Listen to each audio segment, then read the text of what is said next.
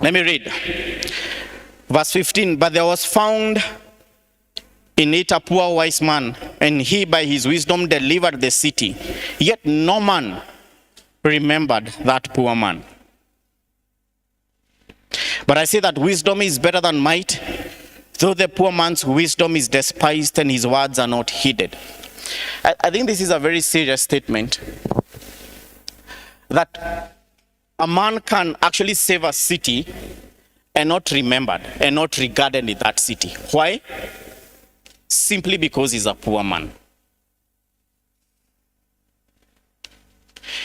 Sijui kama nyinyi mmefika age ya kwenda meeting za familia. Nani ashaenda meeting ya familia na mwenye ako na pesa kwa hiyo familia ndiye anangojea afike meeting ianze? And probably is not the wisest. Na hata kama ako wise, point yake inasikikwa. Ama he comes late for the meeting, na meeting liko imeendelea, akishaingia meeting naanza tena. Kama hauna pesa na umeenda hiyo meeting, utaambia wewe tu utatufuata, utashika tu venye tunaendelea. Who has ever experienced such a thing? Because I've ever experienced such a thing. And unfortunately, that is a fact of life. Unfortunately, it is a fact of life. And do not be deceived by anyone. It is a fact of life. Sadly enough, it is a fact of life. Do not be deceived. That you can be such a wise person and you do not have money and you do not get regarded. It's sad, but it's a fact of life. Who's ever heard that affluence have influence? If you have money, it's easier for you to have influence on people. It's also another fact of life. And for me, it's one of the main reasons why. I remember it's one of those things I learned, should be about a year ago, when a man I really respect was talking about finances, and he said, some of you Christians, you do not pray that God may grant you finances because maybe you do not want to be seen as if it is prosperity gospel and all that. But it is wisdom if you can get finances and use those finances to influence people positively. And that is one of those things I will be finishing with as one of the main reason why we ought to succeed and we ought to do well financially. That if today, by the way, not unless you are raising people from the dead, or not unless we can see distinctly in this church that you have such a distinct gift. There is one of us who is blind. You pray for them and they see. Or someone who is lame. You pray for them and they walk. Let me guarantee you this. Not unless you do that, your influence will be so limited, even in the church. And that's another fact of life. We like it, we don't like it, it's another fact of life. Not unless God is able to abound His grace in such a way that you're doing miracles in church. No matter how wise you are, you will see people who are less gifted than you having more influence in a place, probably even in school, in a place where we have committed more than them. Just because of this one thing, affluence.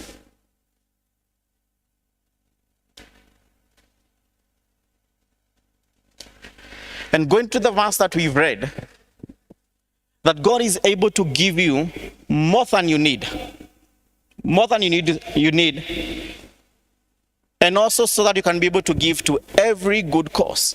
If we put down the first verse here, that John, then I think by no way can we put down this verse. That God is able to make His grace come to us and come to you. That you have more than you need for yourself. and above having more than you need, you can actually abound in every good work that is around you. Bwana asifiwe. And so this is the question that I want to ask. Do you think that God wants us to lack even basic needs, to lack needs?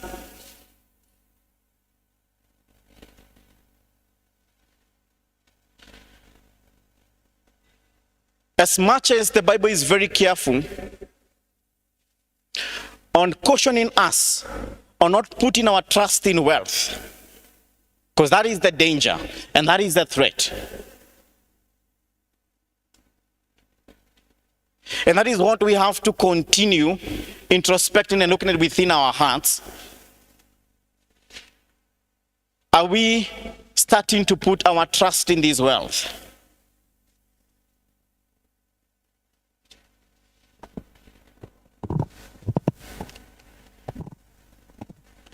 But I can tell you one thing for sure. Those of us who are in school and those of us who are working and those of us who are looking for jobs, one thing I can tell you for sure, and I believe it with all my heart, that God does not want any one of us to lack. He actually wants you to have more than enough, that you may cater for the needs of others who do not have. And now that brings us to the difference of why we succeed as Christians. And we have to be very careful about this, because if we are not careful about this, even those of us who are in school and we wish that tomorrow we'd be doing well financially, if we are not careful about this, then you will become like the rest of the people, or I will become like the rest of the people.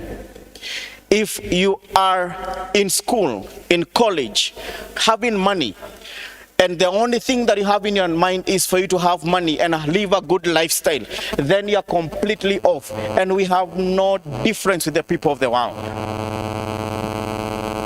The main reason why God will make us succeed and would prosper us financially is for one major reason: that we be able to give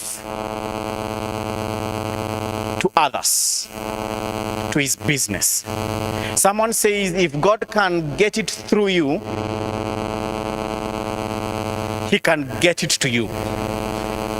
If God knows, and this is also another truth in the Bible, if God knows that you will be able to extend your hand and give to others, definitely God will also give it to you. There's something interesting Paul says to the church of Ephesus, should be in the chapter 4. He says that those who used to steal no more. What does it exactly say? Those who used to steal no more, but work so that you may have something to give. What is interesting is, those who used to steal, musibe tena, but fanyeni kazi, not so that you can meet your needs. Work so that you can have something to give to others. I believe that is assuming by the time now you have something to give to others, also your needs have been met. But that becomes the end result of why God would want us to succeed. That you're succeeding not for your own finances. Kuna mtu anaitangwa John Piper. Probably those who are above 20 may have read him and may have read some of his articles. And he says, is it John Piper, Mandro, Makwendi? John Piper. He says, okay, let me say, he says, one of the undoings of us Christians is, as God blesses you, you increase your lifestyle. He increases you tomorrow, you increase your lifestyle. He increases you tomorrow financially, you increase your lifestyle. And that is one of the major undoings we have as us Christians. That we are not seeing that one of the major reasons why God is going to bless you, and he would like you to be blessed financially, is so that you can be a conduit, you can be a channel of that grace to another person. That God is not blessing you so that you can just live. And I believe that is the key difference with the people who preach prosperity. I don't think wealth in itself is a bad thing. However, when we preach wealth as an end in itself and using God and using Jesus for us just to live a good life, and that is an end in itself, I think that's why we usually miss the point. But if the end is, of course, one, that God may be glorified, and two, that you may meet the needs of other people, and people are needing this world, is it? People are needing this world. People are in need. But if one of the goals you have in mind is, as much as God will bless me, I will make sure part of my money, and I'll be very deliberate on it, part of my money I will give it, then it becomes easier for you never to put your trust in wealth. But when you hold and you hold and you become richer and richer and you hold, what happens is you end up becoming proud and proud, because money can make someone proud. Who has ever preached to a rich man?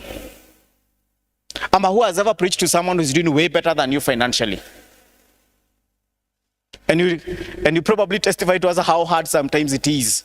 Someone can even anaweza kukudharau. True or not true? There is a story, a true story, of a lecturer in US. So when US kuna kuanga na probably Ruai kunaanza kuwa hivyo, that I can go in the evening, I can go to a place and just have good coffee. So the lecturer went to a place and akaanza kunywa coffee. Akaona kwa kona, I know this man.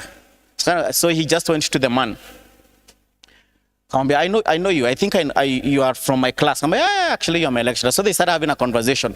And the way it is, normally would be if you meet someone and you start having a conversation with them, one of the first questions that come to you that you'd start asking yourselves is, what do you do?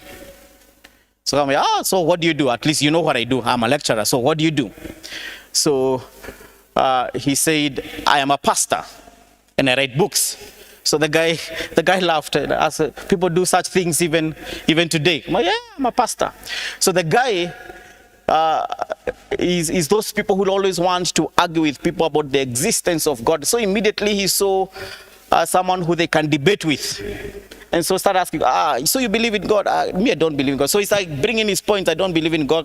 So the pastor, I think, was not in the mood of arguing, said, no, it's okay. He just went. Because this is like a joint, they used to come together. After a few days, wakapatana tena. So the lecturer started again the conversation about God's the existence of God. No, they didn't argue. The pastor was not again in the mood of arguing.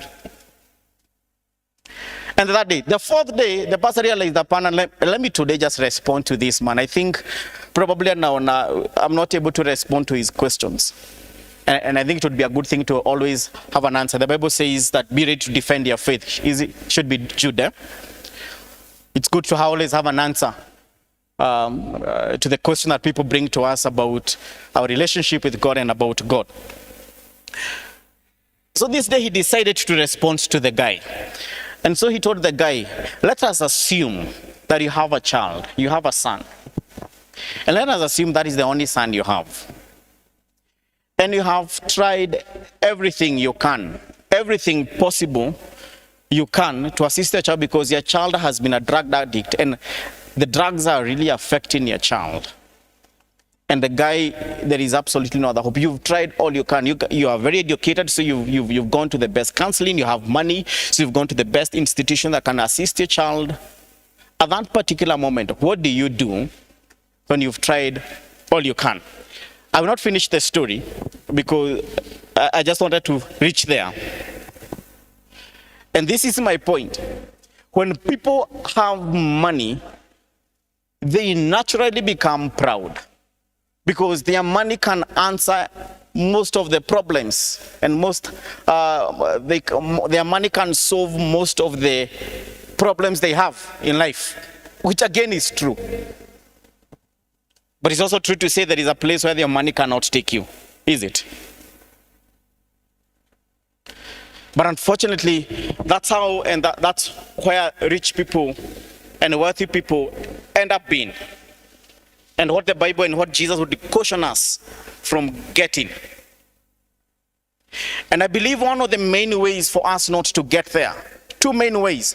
One is from the word go, I know, and I've answered to myself very sincerely that I know God would like me to succeed. God would like me to have more than my needs, or God would want to meet all my needs, such that if tomorrow I'm able to meet all my needs, I know God has done it. Secondly, I know from the word go, the reason for me to go to school and do well financially, it is not just that I meet my needs, but I meet the needs of the people around me. Bwana asifiwe. If those two things can be on our minds from the get-go, and those of us who are already on the journey, we can embrace them. That yes, it is true, God would like me to succeed. But the end is not that people can see me do well and that I'm doing well. But it's that I can also be in a position where I can influence people positively, and two, I can give. I can look towards something I can be able to give. If from the get-go, those two things are on my mind, then even when wealth comes, it will not be an issue. Bwana asifiwe. And we do know God has blessed people in the Bible, is it? God blessed Abraham. Job was a rich man. God blessed Jacob. And yes, the New Testament is not very keen on showing, and the New Testament is not very keen on showing us the people who are rich. And I think for one is for a reason. And the main reason being the New Testament does not really show us. The Old Testament showed forth God, and God wanted to show that I have a covenant with these people, and the best way to show that I have a covenant with these people is to show that these people are very distinct, and they have money, they have wealth. The New Testament of God does not want to show that we have a covenant with him necessarily by money, 100%. And I believe that's one of the major reasons why I think preaching to people, come to God and God will bless you, is sometimes erroneous. The New Testament emphasizes definitely on our relationship with God. That necessarily is devoid of finances, but that does not mean, by any means, that God does not want you to succeed. God does not want you to ask people to assist you financially, even if you're doing it right now, even if you're doing it today. That is not God's will for you. It is not. God would like you to be in a position where you're the one giving to other people.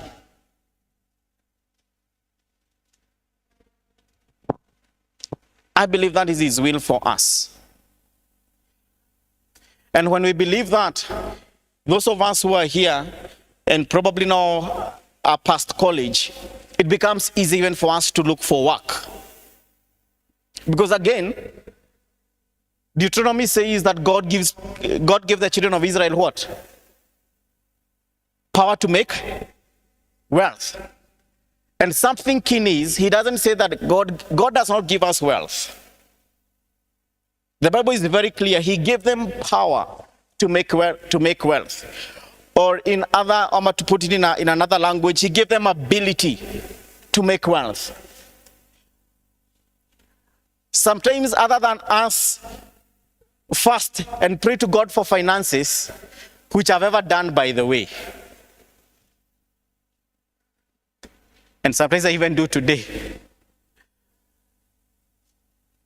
Sometimes other than fasting and praying to God, give me finances, I think a better prayer would be, God, create opportunities for me, give me a job, fold your sleeves and work, because God blesses the work of our hands. And again, that is an undoing to us Christians, and especially those Christians who end up becoming very spiritual. You think that God will give you wealth. God will not bring money to your pocket. It rarely happens. If it happens, the miracle, when it is once. Miracle si kila siku. Miracle is not the way of life. can be, but not necessarily the way God has put life to be. God will not necessarily, actually, God will not give you money, but God will give you ability to make ones. God will give you wisdom to make ones. Such that you know from the word God is not sitting down to pray to God that you may bless me, but you are praying for opportunities. And some of you who are in school, by the way, it becomes easier and easier for you to do well at that particular point when you talk about high school. It has been easier for the people my age who did so well in their KCSE for them to get better jobs than those who did not do well.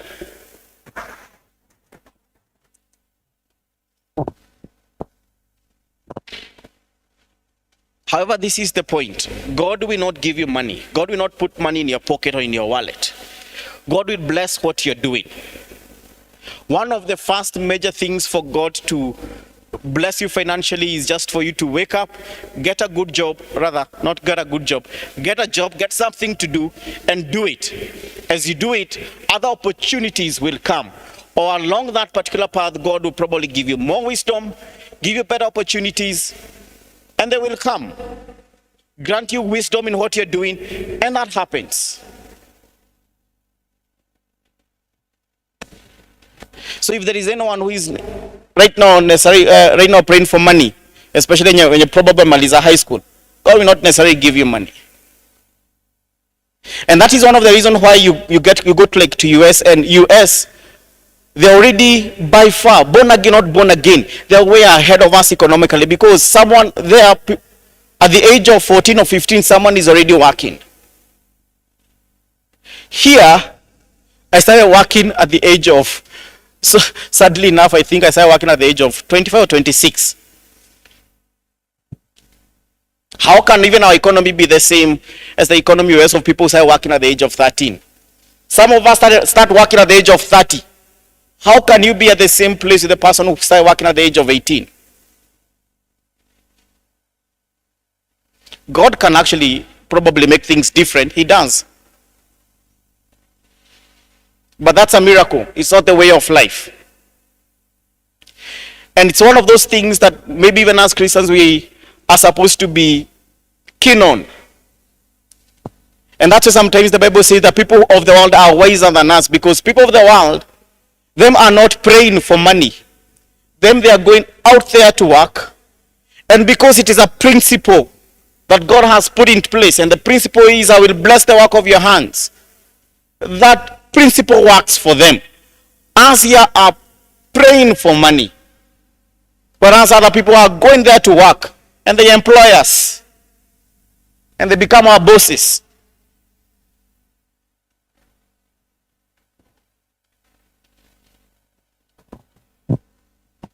And we end up lacking and continue lacking, not because God is not able, but because we are not using some of the principles God has already placed. And they would actually work better for us because we are born again. And there is a favor that is on us because we are born again. And because we are not going to use our resources in the way people of the world would use their resources, money continue coming to us and we channel it in the right way. But if we continue, probably those of us here, and we don't have probably a job, or those who are in school, if we continue praying for money, we become more frustrated. And we continue praying and it does not come. Let me share a story that I usually share with people. There's a time God, I was in college. So, nishapatio pesa imetoshea kabisa, imetoshea.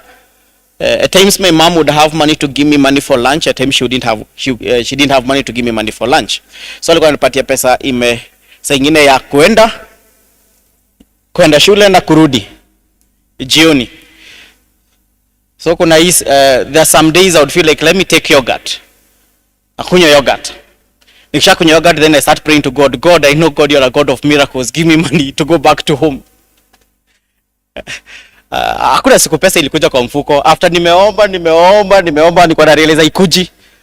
Luckily I had a cousin who used to have a shop pale Koja. So nilikuwa naenda, naitwa Mwitha. Nasimama hapo, lakini akona wateja wengi na ngoja wateja waende. Na saa ingine wanakata 20 minutes. Ndio wateja na wako na bado hutaki kushout, unataka fare ya kwenda home. So na ngoja kumebaki mmoja, Mwitha nisaidie na fare. Happened a number of times. But I remember one day, after nimekunywa yogurt, sasa nimeanza kuomba tena Mungu. You know God, I am born again. I know God, you're able to do miracles. I remember God was so harsh to me. Actually, one of the few times I can tell God has been so harsh to me. I wish sometimes he can be harsh other times. But this is one of the days he has been so harsh to me and told me, don't be foolish. Hata kuambie, ushaambia don't be foolish by someone you know that they love you. Acha ujinga na mtu unajua anakupenda. That is harsher. If you don't have a relationship and you don't be foolish, it may not even mean anything. If I know you love me and you tell me don't be foolish, it hits and hits really hard. So I remember being told don't be foolish. And that is folly. I remember nilikuwa Moi Avenue. Nilisimama almost like 2 minutes thinking about that statement. And since that day, I've been praying to God to help me to have wisdom. Because I don't want to be told again that I'm foolish. And this is it. Sometimes we are like that as Christians. The principles the people of the world are using, we are not using them as we are thinking we need to pray. And yes, I'm not saying that praying to God for these things is bad, but we are not using the same principles that they are using that we ought to actually use them. Bwana asifiwe. Let me finish.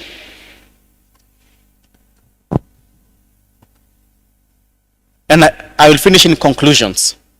My major points.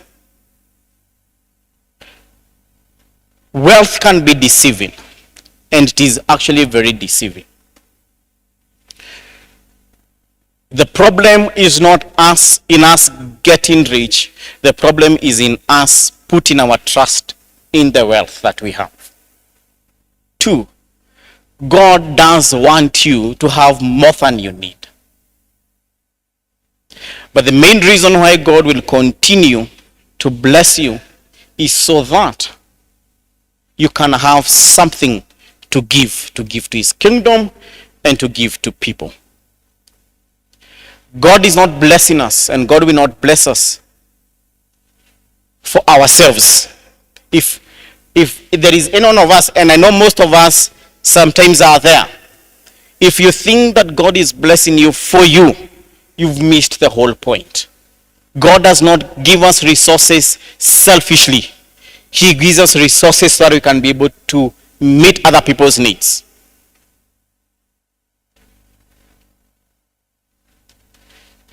And that is one of the ways to protect your heart from this money getting into our hearts and getting into our minds. It becomes harder to love money when the money you get, you know at the back of your mind there's some money you have actually to give to other people. But the more we hold, the more we actually start loving this money. But the more we put ourselves and we become deliberate in giving, the more it becomes easier and easier for this money not to get a hold of us.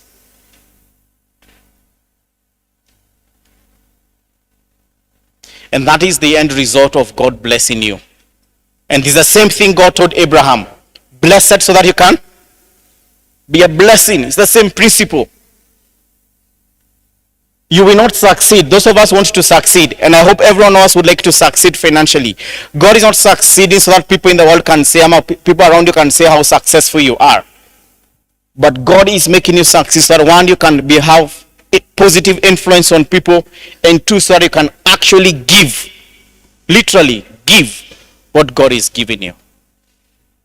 If you don't do that, we become like the rest who are just amassing and amassing wealth. Bwana asifiwe. Mimi nimemaliza. Not unless there is a question we can pray. Ama clarification we can pray.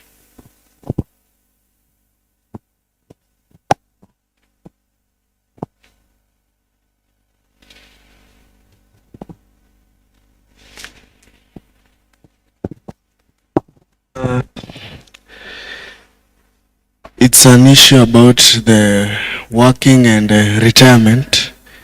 Like after working, maybe for example in Kenya, it's the age of retirement is 60 years. Are we supposed to continue to work after that, since we need something to eat, or we benefit from what we have done? And secondly, for example, okay, I think it's the same thing, like maybe someone who has passed retirement age, is he expected, like he's supposed to be the breadwinner, but is he like haezi pata kazi hata akiapply, so is he supposed to expected to work? Like we need to work, but now for past retirement, how do we prepare for that? Okay. Yes. Thank you. Let me answer it this way. One of the things I think the African culture we have failed in is the idea of our parents and those who are before them, that the most they want to do is educate you,